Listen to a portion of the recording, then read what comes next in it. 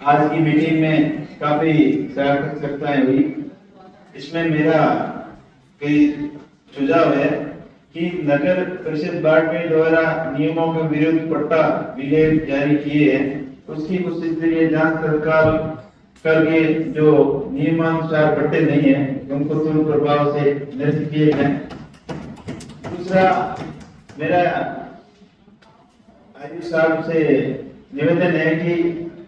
एक ही प्लॉट के ऊपर दो दो तीन तीन पट्टे कैसे जारी हो गए, इनकी क्या मॉनिटरिंग रही आपकी, क्या आपके पास में इनका ऑनलाइन रिकॉर्ड है?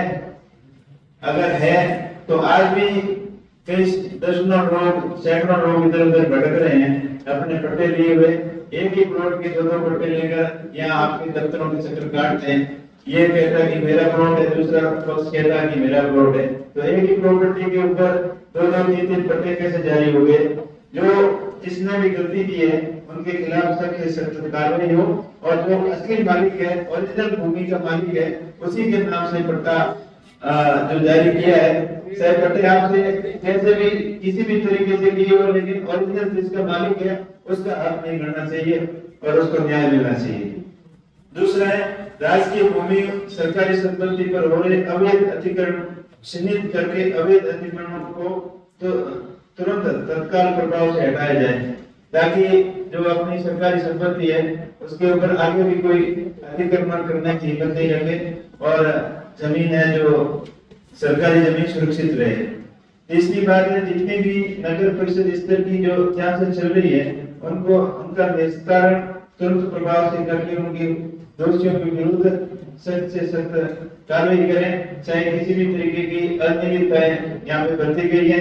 चौथा था कि नगर परिषद सीमा का विस्तार संबंधी माननीय उच्च न्यायालय द्वारा विस्ताराधीन याचिका की उचित पैरवी की जाए और इसके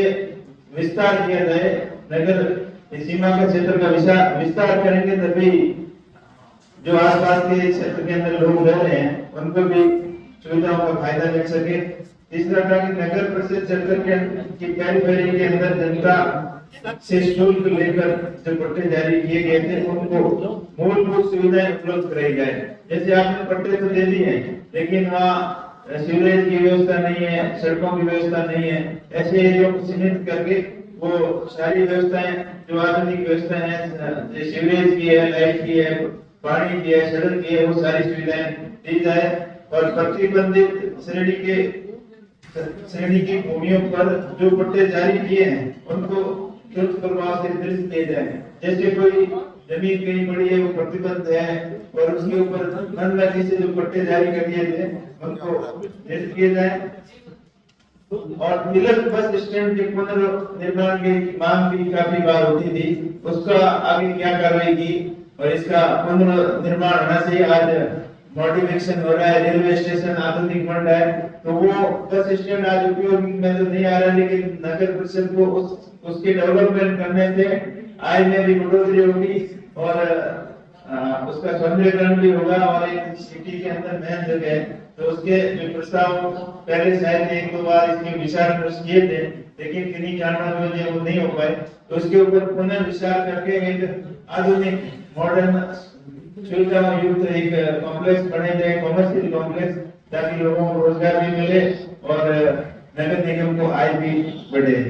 और जो संपूर्ण कार्य जो भी हो रहे हैं आपके सड़क के हैं, लाइट के हैं, पानी के हैं, उनकी गुणवत्ता के ऊपर पूरा ध्यान रखें। तो कई बार ऐसा सुनने में आया है और कई सोर्स से पता भी चला है कि आप लाइट का रिपेयरिंग का काम करवाते हो, 200 मीटर तार खींचते हो और 500 मीटर का बिल बन जाता है। ऐसी अनियमितता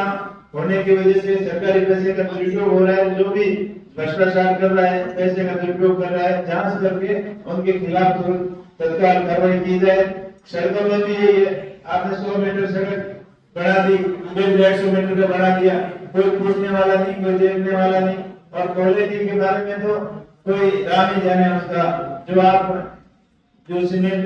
कंक्रीट का ग्रेड यूज करते हो, आप टेंडर में निकालते हैं M35 ग्रेड की कंक्रीट होनी चाहिए, M30 की होनी चाहिए, M25 की होनी चाहिए और मौके पर M5 और M10 की भी स्ट्रेंथ की कंक्रीट नहीं होती है। तो इसके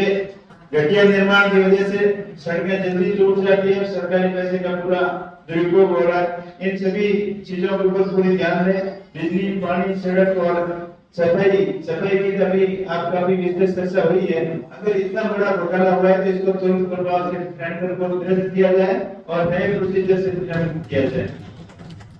इसमें ऑनलाइन बोलियां लेकर और पारदर्शिता होनी चाहिए टेंडर के अंदर। अगर आपके यहाँ से हुआ है तो उसकी आपको देखना है, अगर देवपुर लेवल से हुआ है तो उसका ऑब्जेक्शन आपको करना चाहिए कि आप पहले जो काम 7-8 लाख रुपए में हो रहा था अभी 30 लाख में क्यों हो रहा है। अगर पहले और अभी के अंदर क्या इतना फर्क है ताकि इतना पैसे का मिसयूज हो रहा है। और दूसरा सबसे महत्वपूर्ण मेरा सुझाव था कि नगर परिषद को नई जगह देखकर नई कॉलोनियों का डेवलपमेंट करना चाहिए ताकि शहर बढ़ रहा है और नई जो कॉलोनियां कटे जिसमें चौड़ी सड़कें हो और सीवरेज लाइन हो, सभी पार्क वगैरह सभी मूलभूत सुविधाओं के साथ में अच्छी बड़ी कॉलोनियां डेवलप होगी, तभी अपना बाड़मेर क्षेत्र सुंदर होगा, अच्छा होगा, विकसित होगा। और एक और था कि ये बाईपास जो इधर से बढ़ गया है, इस साइड के पहाड़ों के पीछे से बाईपास किन कारणों से अटका हुआ है, क्यों अटका हुआ है, इसका भी निर्माण